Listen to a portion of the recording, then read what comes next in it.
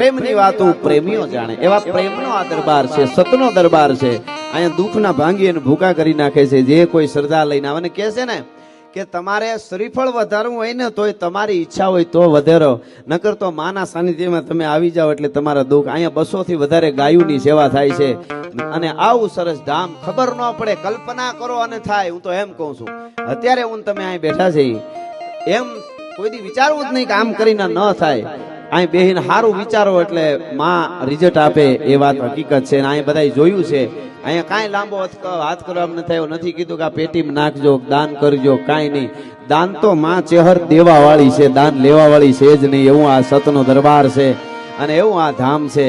એટલા માટે માં ચેહર એમ કે ચેહર જોગણી, મારા દીકરાને દુઃખ પડે અને એની રાડ ફાટી જાય ને પછી આવું તો માં કે મને ફટ કહેવાય, પણ ઉદરમાંથી કુંભક થયેલો શબ્દ મારા દીકરાનો